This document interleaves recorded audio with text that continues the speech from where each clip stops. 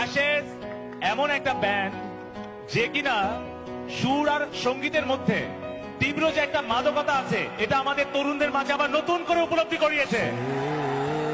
আমি বিশ্বাস করি কেউ যদি, আমার তরুণ ভাই বোনেরা, কেউ যদি দুর্ভাগ্যক্রমে মাদকে আসক্ত হয়ে থাকো, আমি তাদেরকে আজকে আহ্বান জানাবো, মাদক ছেড়ে অ্যাশেজ ধরো।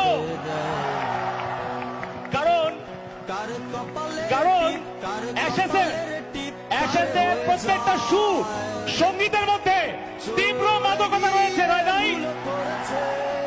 আমি অ্যাশেজের খুব নতুন ভক্ত, তবে খুব শক্ত ভক্ত। আমি মাত্র 1 বছর হলে অ্যাশেজের গান নিয়মিত শুনি, এবং নিয়মিত না শুনলে আমার ঘুম হয় না। সকাল থেকে শুরু করে এমন কোন সময় নেই, এমন কোন ঘটনা নেই যার সাথে আমাদের অ্যাশেজের গান জীবনের সঙ্গী হয় না। ভালোবাসায় যখন কাতর হই তখনও অ্যাশেজ লাগে, ভালোবাসায় যখন আনন্দিত হই তখনও অ্যাশেজ লাগে, কষ্টে অ্যাশেজ লাগে, দুঃখে অ্যাশেজ লাগে, সামনে এগিয়ে যাওয়ার অনুপ্রেরণায় অ্যাশেজ লাগে।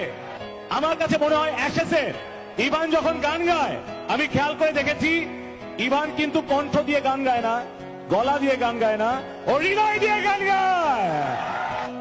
অ্যাশেজের মধ্যে যেই তীব্র মাদকতা আছে, এটা মাদকের থেকেও ভয়ঙ্কর। আর তাই বলবো, মাদক ছেড়ে